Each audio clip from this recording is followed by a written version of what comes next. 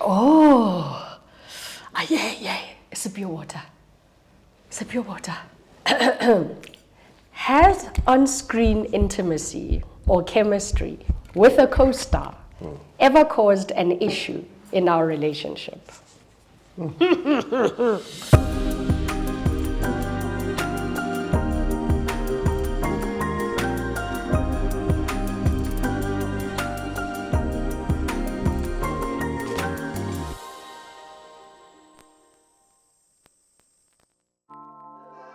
Hey guys, my name is Salamina Mosese. I am the producer of Homewrecker.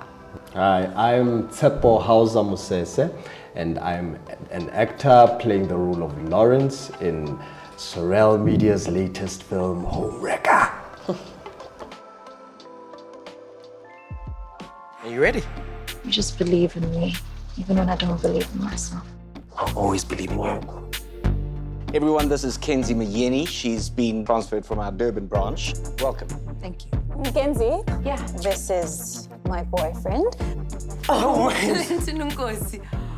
Oh my gosh. I know her. We go way back.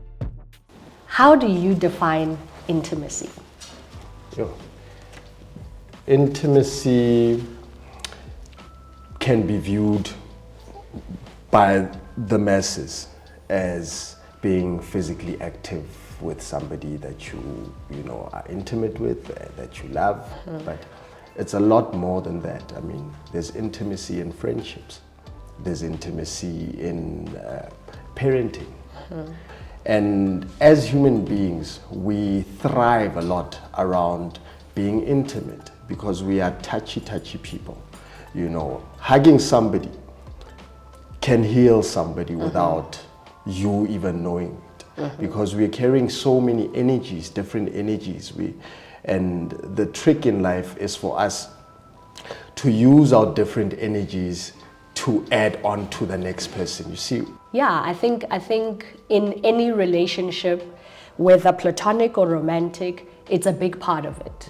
And you're right, you can absolutely separate the physicality From the top. from the top.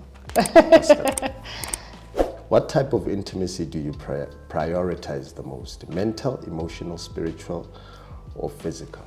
Definitely emotional. I want to feel like you remember my birthday. The stuff that matters to me must matter to you. After a long day on set, I've been running a production, I've been making decisions at very high levels. Getting home and just having you to say, how was it? I'm sorry about this. And that for me is emotional intimacy, and that's the most important to me. Obviously the physical stuff is nice as well. True story, but here's the thing. I'm on the same page as you, given the fact that we are both Empaths. Yes. You know what I mean? So emotional intimacy is a priority for me as well. However, in this list, one of the most important ones would be spiritual. Right? Yeah. Because spiritual alignment is there to teach you how to tap into emotions. You see, we're living in a society where it's like, especially men, we are not allowed to express certain types of emotions. And in life, if God has given you emotions, you have to know all your emotions to truly know who you are fully. Is it me or you? It's me. Have we ever had a dry spell in our last 15 years together? Dry spell. What's a dry spell? Oh, I think a dry spell is when we go a long time without connecting. That happens in every relationship. It's a part of the evolution of any relationship, especially a long-term one.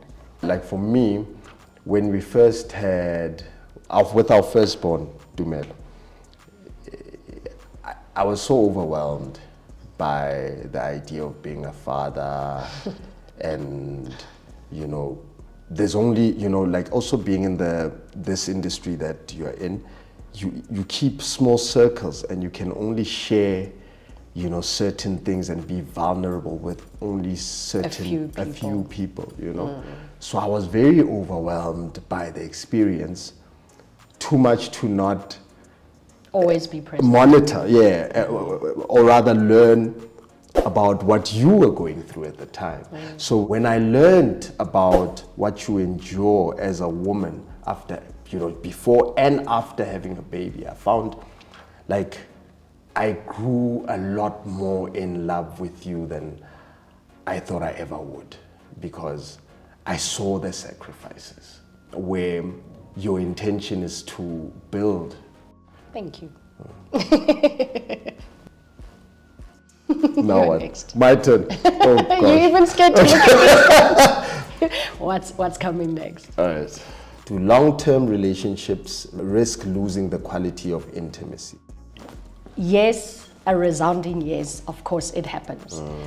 The question is, like I always say to you, when you know we feel like it's been a while since I checked in on my bestie. Osale grand, yeah. Or grandjo. Oh, okay, cool. If we cool, we cool.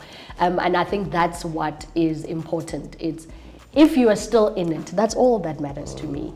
When you met me, I was only 24. I was in varsity, right? I was single. I was just freelancing here and there, a completely different Salamina. To then when 5 years comes, now I've been your wife for 4 years, and I've met your in-laws, my in-laws, I've met your family, I've done this, I've we've grown. And then I think year 4 we had our child, and so what's happening in all those times is I'm changing. So of course it's like this, and then you are changing, and we have to navigate these changes individually and then together. So it has an impact. Ibatla maintenance. Complacency is an enemy. Man. Exactly. It's exactly that. The minute you're just not putting in the work, it's gonna show. Yeah. Oh, you're running for partner. May the best woman win. Tamara couldn't make it. She had a personal errand she had to run, so she asked me to stand in for her. Can't wait to see you. Love, C. Oh, yeah. Sip your water. Sip your water.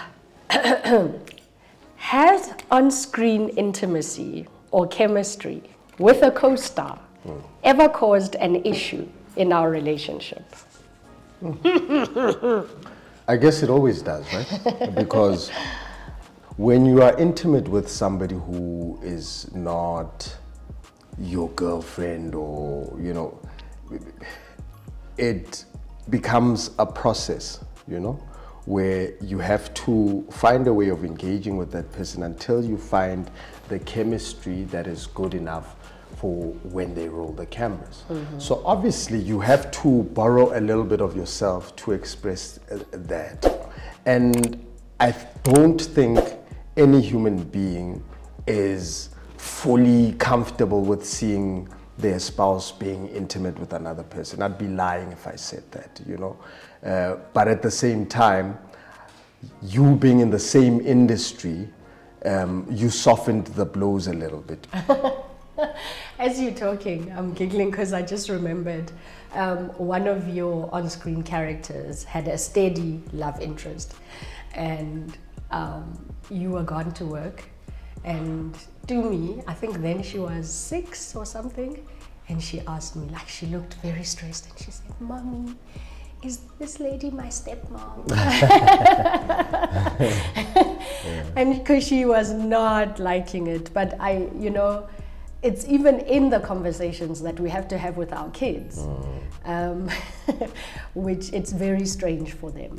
And I know she eventually made it make sense to her. When she would see you on screen, she would call you, "Oh, there's Lirumo," or whatever your character is. And at home, you are Papa, Tshepo, you know. And I guess that's also just what it is. It's the reminding ourselves that there are parts of ourselves that we have to pull out to do the job that we do. And what people don't know is we went through a period where we both stopped acting because we didn't want to have acting jobs that required us to be in on-screen relationships. And after that period, where it was our healing time and our time just to find ourselves in the relationship. After that, then we're like, man, we're okay now. We needed to grow into our marriage. And I'm so glad we did that for ourselves because we didn't pretend it's not hard. I don't think people understand that you don't have an out-of-body experience when you are kissing someone. True story. It's still my lips on somebody's lips. You know, when you touch my thigh, I'll still react, you know, so it is still hard to be physical with somebody on the job. What I absolutely am vibing with as a producer now, and also creating environments where now I'm hiring other actors, and I'm glad that I've had my own walk in the industry, is this new thing of intimacy coaches. We didn't have one on Homewrecker. We had one on our other project, but it's a game changer for me because for the first time the industry is saying, we get it guys, you are human, this is hard. Just because you love acting, it doesn't mean you have to be forced to have people in your space like that. Sure. Next question. Okay. Next question. How has working together for so long affected the dynamic of our relationship? So, I think the working together part of our relationship is still very new. I feel like it is, right? And it's funny because when we started working together, it's the first production where we cast you as an actor. You agreed, and it was awesome. But it was also awkward because now I'm your boss. So I think we grew from the experience. Stephina and I were very excited to have you on our cast. And you added something, and also what both of us appreciated about you outside of what you brought on set. Because when we'd have these conversations, is you were almost a big brother for both of us. We were shooting during lockdown. It was rough. People were getting sick. It was a production that really pulled out of all of us so much. So it was great having you there to just be like, Ntwana, keep going, keep going. You were like our hype man behind the scenes and no one knew. And also, you know, it helped that there were instances where you had to say, guys, I think you're messing up, and you were saying it with love. So that was interesting for me. It was a strange dynamic at the beginning, but I look forward to us working more together. We must do more, man. You know? Okay, there's a song that I wrote for Samuel a while back. It's cutting some shade. And like, baby, I've been trying to shake this feeling, but it's really killing me slowly. I can't hold back, 'cause I love you and that's a fact. No buts or maybe, it's all just a little bit crazy. How we both try to fake it, but we can't hold back, 'cause we love each other. That's a fact. Oh, lovely. Has my mental health ever affected how I express intimacy towards you? Obviously, man. Obviously, you know, we're talking mental wellness, which motivates how you behave in general. Mental wellness is a big thing, and it's taken so lightly, man, in our societies. It's something that we need to continue speaking about, so as to educate ourselves through dialogue all the time. A breadwinner, you know, can lose their job, and them losing their jobs obviously affects them mentally and affects their family life, because you find, you know, a husband who's always like edgy, on edge, uchikabana, chikamsadi, hasamo pamisiti, it's all, you know, and that is all out of not understanding what they possibly are going through, because society will say, no, we don't know what depression is, you know, whereas that person will say, yeah, no, what is depression, Khanti? At that time, that person is deeply depressed. We have to start talking a lot more about depression as a whole, because it affects family lives. Completely. My turn. I don't know. My turn. How do you make sure I feel valued and desired in the relationship? You know, when I met you, I thought you and I were very different. But I realized that we are peas in a pod. And in a way, I just have to think, what makes me feel good? And I've been lucky that usually what makes me feel good also makes you feel good. Minus Xbox. Then I know I'm gonna be ignored for like 7 hours and all that drama. I'm playing a league, I'm in a live game. You know, but also I guess the maturity of it is also understanding that valuing you is also just respecting your boundaries. And people think when you're married, we mustn't have boundaries anymore. It's, you know, you're still human, we're still having a human experience. So I try to take your thoughts and feelings into consideration. I give you my time, I give you my love, and just reminding you that you are the king in my life. And in whichever way that I can show you love, I try and do that. Why blushes? Blush and that.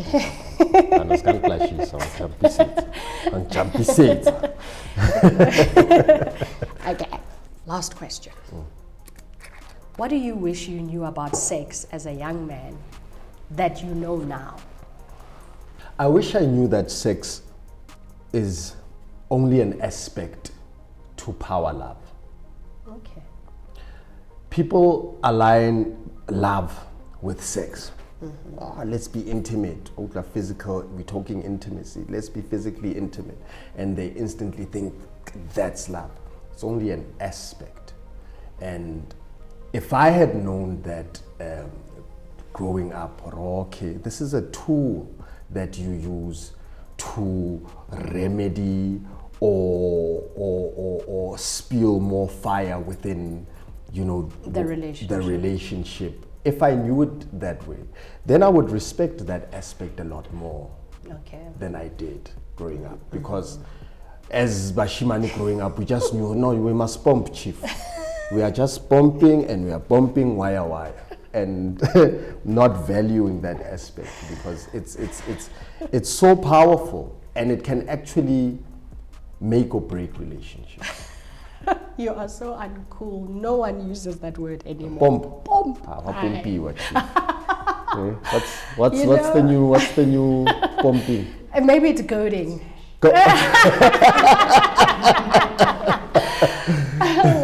I think from a female perspective, what do I wish I had known? I think there is also value in, if I'm engaging in sex, it must be with people or with a person, pardon me, with a person that I really, really am connected to or in love with, and because I think there is a tendency in society for us to compare ourselves to men.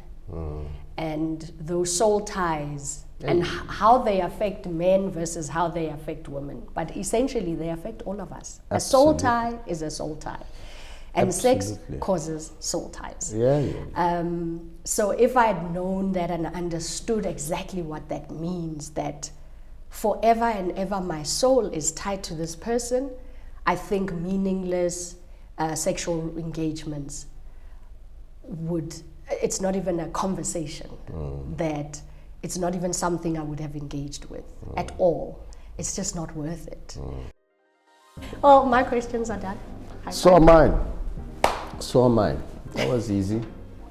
Thank you guys for joining us in our latest episode of Defining Intimacy.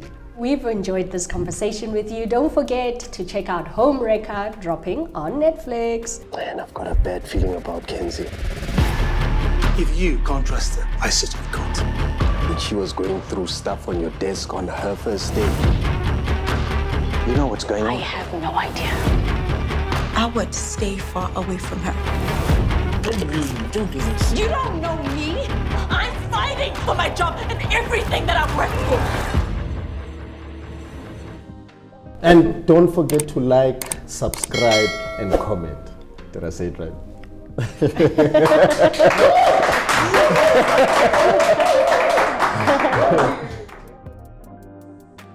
I believe that God has given us not everything. He's given you half of the best and given me the other half of the best. And the aim in life is to always interconnect with different people so as to fulfill each other, and intimacy is an aspect of that.